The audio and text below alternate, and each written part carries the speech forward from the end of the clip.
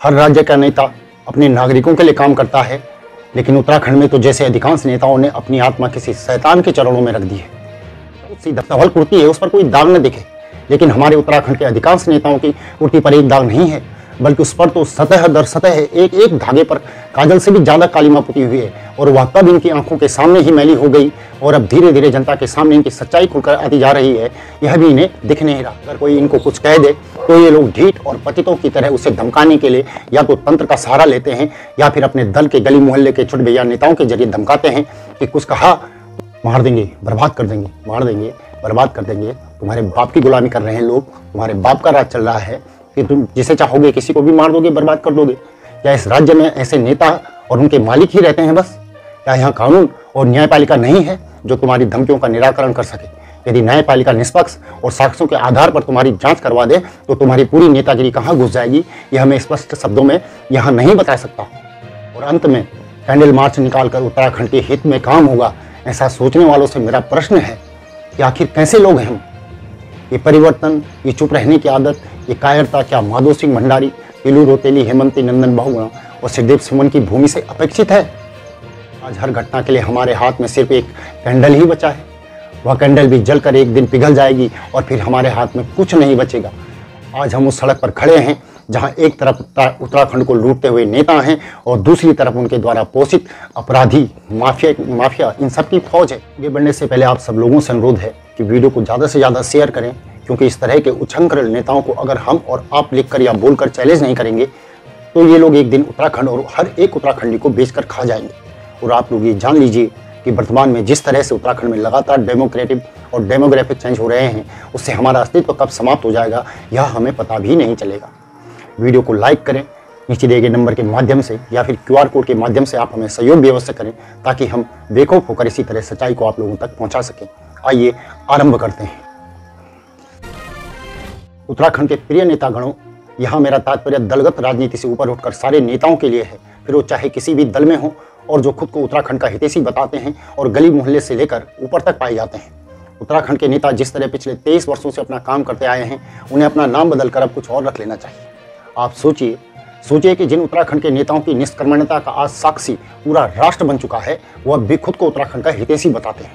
उत्तराखंड के नेता विकास करने की बजाय परस्पर दूसरे दल पर आरोप लगाते ही अक्सर नजर आते हैं कि फलां जब सत्ता में था तब उसने काम नहीं किया और अब हम ही विकास की गंगा को महादेव की जटाओं से निकालकर उत्तराखंड के एक एक घर तक पहुंचाना चाहते हैं और पहुंचा भी रहे हैं। लेकिन अब भी दूसरे दलों के नेता हमें उत्तराखंड का, यहाँ के नागरिकों का विकास नहीं करने दे रहे हैं। यह हर उस नेता का बयान है जिसे समय समय पर जनता ने अपना प्रतिनिधित्व सौंपा है, यहाँ की सत्ता सौंपी है। अब आप ही बताइए कि भला कौन सा ऐसा नेता है जिसके आसपास अवैध खनन, अवैध शराब का कारोबार, अवैध कटान या सरकारी दफ्तरों में लूट, निर्माण कार्यों में गुणवत्ता की कमी या कमीशन और रिश्वतखोरी न चल रही हो? पर कोई कार्यवाही आपने कभी होती देखी क्या? कभी उत्तराखंड के एक भी नेता को किसी भ्रष्टाचार या अपराध के लिए सजा होती देखी क्या? हाँ, इक्का दुक्का छोटी पोस्ट पर रिश्वतखोरों को पकड़कर सस्पेंड करके बाकी बड़े अपराधियों को बचाने में नेता पूरी तरह से निपुण है। भले ही इनकी अंतड़ियां फट जाएं, पर अपनी और पार्टी के बड़े नेताओं अपने मालिकों के पाप का भार उठाने में डायमंड पदक ले आएंगे।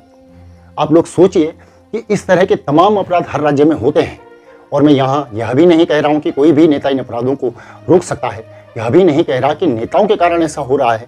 यह सब सामाजिक अपराध हैं जो हर राज्य में होते रहते हैं और हर राज्य में इन अपराधों की जांच भी होती ही रहती है। हाँ, कहीं कहीं नेताओं द्वारा अपराधियों के साथ सांठगांठ करके उन्हें बचाने का प्रचलन है, तो कहीं योगी आदित्यनाथ जैसे मुख्यमंत्री अपराध और अपराधियों पर शिकंजा भी कसते हैं। और हाँ, हम तब तक किसी भी नेता का नाम नहीं ले सकते जब तक यह न दिखने लगे कि नेता सरकारी तंत्र का उपयोग जो है अपराधियों को बचाने के लिए कर रहा है। हमारे नेता तो अपराधियों को बचाते हुए फेसबुक और ट्विटर पर पोस्ट करने में व्यस्त रहते हैं ताकि उनकी दूध सी धवल कुर्ती है उस पर कोई दाग न दिखे। लेकिन हमारे उत्तराखंड के अधिकांश नेताओं की कुर्ती पर एक दाग नहीं है, बल्कि उस पर तो सतह दर सतह एक एक धागे पर काजल से भी ज्यादा कालिमा पुती हुई है। और वह कब इनकी आंखों के सामने ही मैली हो गई और अब धीरे धीरे जनता के सामने इनकी सच्चाई खुलकर आती जा रही है, यह भी इन्हें दिख नहीं रहा है। उल्टा और ज़्यादा बेशर्म और निर्लज होकर यह दूसरों की नाकामियों ही गिनाते रहते हैं। कुछ चाहे कुछ न करें और दूसरों पर कीचड़ उछालने में इनका कोई सानी नहीं है। यह कुछ ऐसा है कि आपको अपना कपड़ा तब तक बहुत साफ दिखाई देता है जब तक कोई अन्य आपसे साफ कपड़े पहनकर आपके सामने न आ जाए। उत्तराखंड के अधिकांश नेता अपने अपने क्षेत्र में जनता द्वारा लताड़े जाते रहे हैं, गालियां तक खाते रहे हैं, परंतु ये न केवल उसी जनता के बीच जाकर अपनी उन उपलब्धियों की बातें करते हैं जो या तो हैं ही नहीं या फिर जिनका निर्माण ही अधर में लटका हुआ है।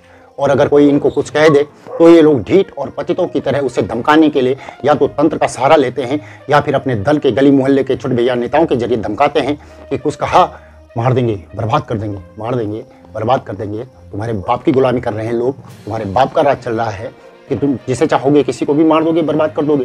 क्या इस राज्य में ऐसे नेता और उनके मालिक ही रहते हैं बस? क्या यहाँ कानून और न्यायपालिका नहीं है जो तुम्हारी धमकियों का निराकरण कर सके? यदि न्यायपालिका निष्पक्ष और साक्ष्यों के आधार पर तुम्हारी जांच करवा दे तो तुम्हारी पूरी नेतागिरी कहाँ घुस जाएगी, यह मैं स्पष्ट शब्दों में यहाँ नहीं बता सकता। हर राज्य का नेता अपने नागरिकों के लिए काम करता है, लेकिन उत्तराखंड में तो जैसे अधिकांश नेताओं ने अपनी आत्मा किसी शैतान के चरणों में रख दी है। उत्तराखंड के एक भी नेता को यह मतलब तो कतई नहीं है कि उत्तराखंड में आपदा, पलायन, रोजगार, शिक्षा में क्या कुछ हो रहा है, नागरिकों की समस्याएं क्या हैं, उनका निराकरण कैसे होगा। यह मतलब उन्हें सिर्फ बंद कमरे में एक ट्वीट करना है, हाँ मैं काम कर रहा हूँ, अपनी उपलब्धियाँ दिखाकर, जबरन दिखाकर और दूसरे दल के नेताओं को नीचा दिखाकर उत्तराखंड के ऐसे नेताओं को यह सब पहचानने लगे हैं। राज्य की अस्मिता बचाने के लिए इसी तरह फेसबुक और ट्विटर पर विकास करते हैं। उदाहरण के लिए जानिए कि गुणवत्तापूर्ण सड़क अगर बनती है तो वहाँ पर यहाँ की जनता चलेगी, फिर उसे ठीक ठाक से बनाकर क्या होगा, और ट्विटर पर पूरी दुनिया उत्तराखंड का विकास देखेगी। अब आप ही बताइए कि राज्य की गरिमा के सामने नियमावली और गुणवत्ता क्या मायने रखते हैं? अरे रेप वेप, लूटपाट, भूस्खलन, रोजगार का अभाव, ये सब वगैरह तो होते ही रहते हैं, और इसके लिए नेताओं को कुछ कैसे कहा जा सकता है? कितना बेकार लगेगा कि देवभूमि के नेता जो स्वयं देवों के द्वारा बनाए गए हैं, उनके राज्य में आपदा, भूस्खलन वगैरह हो रहे हैं। ऐसा हुआ है कभी? हर नेता इसे प्राकृतिक आपदा और जनसंख्या का बढ़ना कहता है, तो मान क्यों नहीं लेते हो कि स्वयं ईश्वर ही उत्तराखंडियों के विरुद्ध है? इन बेचारे नेताओं का इसमें क्या दोष है? वैसे भी हम सब ने तो एक न एक दिन मर ही जाना है। अगर आपदा में मर गए, नेताओं की औलादों द्वारा, नेताओं द्वारा या फिर सरकारी तंत्र में उलझकर मर भी गए तो क्या हुआ? पर नेताओं की छवि अगर एक बार धूमिल हो गई तो उसकी रिकवरी नहीं हो पाती। इसलिए भारत सरकार द्वारा उत्तराखंड के तमाम नेताओं को ब्रह्मांड के सबसे कर्मठ, जुझारू और ईमानदार नेता घोषित कर दिया जाना चाहिए।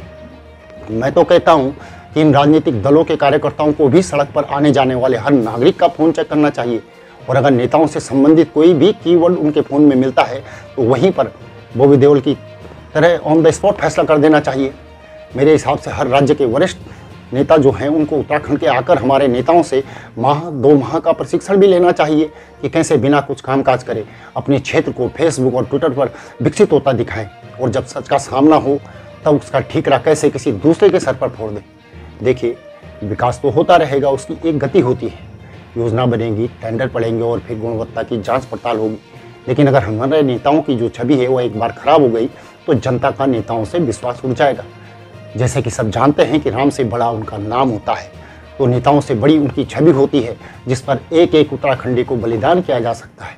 और अंत में कैंडल मार्च निकालकर उत्तराखंड के हित में काम होगा, ऐसा सोचने वालों से मेरा प्रश्न है कि आखिर कैसे लोग हैं हम? ये परिवर्तन, ये चुप रहने की आदत, ये कायरता क्या माधो सिंह भंडारी, तीलू रोतेली, हेमंती नंदन बहुगुणा और सिद्धेव सुमन की भूमि से अपेक्षित है?